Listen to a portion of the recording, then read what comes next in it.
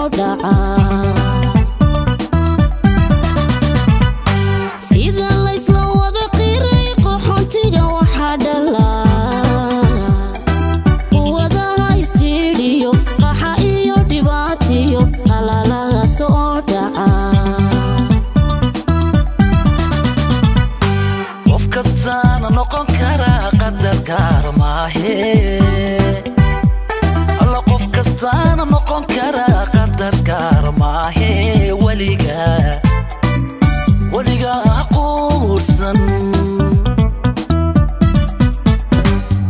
قف كستانا نقوم كرا قدر كرماهي